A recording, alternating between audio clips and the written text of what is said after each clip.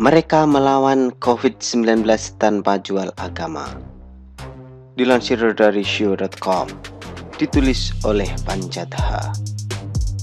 Dunia sedang sibuk mengatasi virus corona yang membawa penyakit COVID-19 berawal dari Wuhan, Cina. Namun kini wabah ini sudah menjangkiti hampir seluruh negara di muka bumi. Indonesia, jangan tanya lagi, pasti tampil beda dan aneh menyikapi kejadian ini.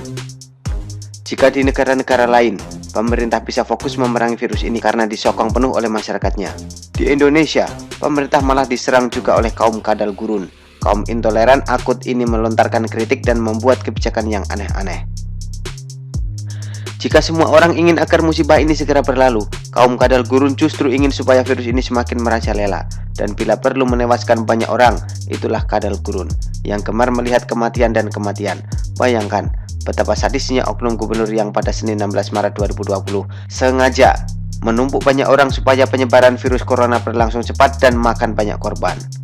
Entah ada kaitannya atau tidak, 2 hari kemudian pemerintah Provinsi DKI Jakarta menyatakan secara resmi bahwa ada 125 orang yang positif terjangkit virus corona COVID-19 di Jakarta. Data dirilis melalui halaman corona jakarta.go.id per pukul 17.46 waktu Indonesia Barat pada Rabu 18 Maret 2020. Mengerikan sekali. Situasi ini mirip dengan ilustrasi lagu Ebit yang populer pada tahun 80-an yang dia beri judul Untuk Kita Renungkan. Memang bila kita kaji lebih jauh, dalam kekalutan masih banyak tangan yang tega berbuat nista. Bahkan kaum agamawan pun ada yang menjual agama dalam kondisi semacam ini. Bukannya memberikan ceramah dengan misalnya mengatakan bahwa ini cobaan dan peringatan dari Tuhan, dan marilah kita sama-sama bergandengan tangan untuk bisa keluar dari kondisi ini. Namun di tengah kekalutan ini, masih ada secercah sinar yang membuat kita merasa dikuatkan, adalah Dr. Handoko Gunawan, dokter spesialis paru, yang meskipun sudah berusia sangat sepuh, 80 tahun, tetapi tetap bekerja hingga dini hari untuk melayani dan menangani pasien-pasien yang diduga terpapar virus corona. Adapun alasan Pak Dokter sehingga nekat bekerja secara luar biasa dan di luar kezaliman itu, karena menurutnya banyak dokter muda yang takut mati. Karena bekerja tanpa memikirkan waktu dan dirinya sendiri, dokter ini pastilah kelelahan dan ambruk dan dilarikan ke rumah sakit dan masuk ICU. Semoga Pak Dokter segera pulih kembali dan berkarya untuk sesama, sebab kemanusiaan masih membutuhkan Anda. Kabar terbaru dari cnnindonesia.com pada Rabu 18 Maret mengatakan bahwa kondisi Dr. Handoko yang tengah dirawat di ruang ICU Rumah Sakit Umum Pusat RSUP Persahabatan Jakarta Timur berangsur membaik.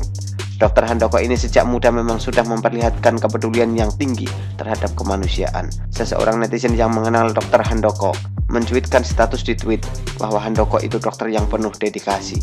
Bahkan sejak KWS-nya di pedalaman Kalimantan, dia naik sampan mengunjungi desa-desa di sepanjang sungai.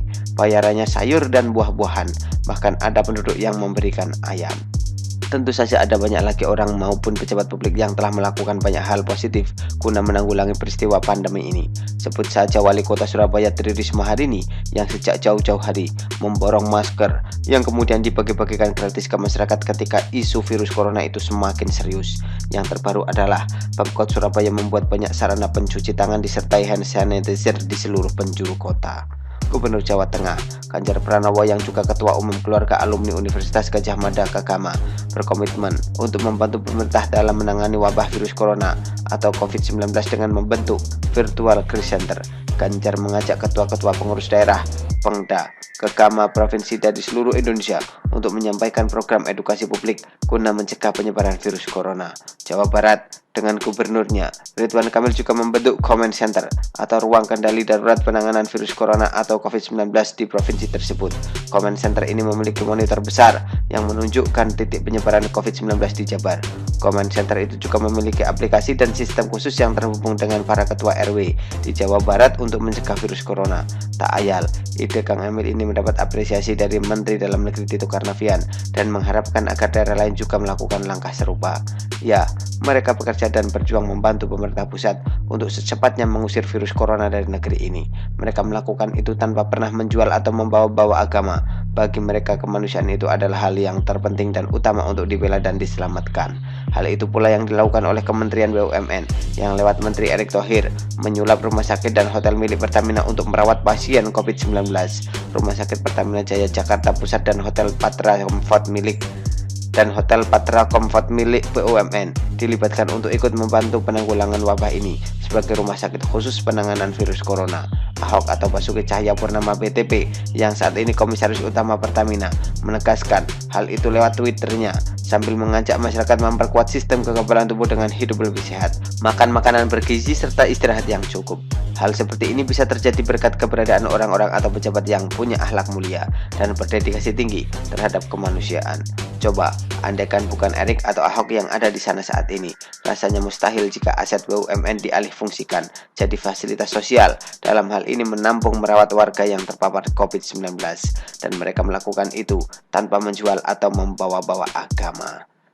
Ingat, tidak menjual ayat dan mayat. Begitulah kura-kura. Bagaimana tanggapan Anda semua?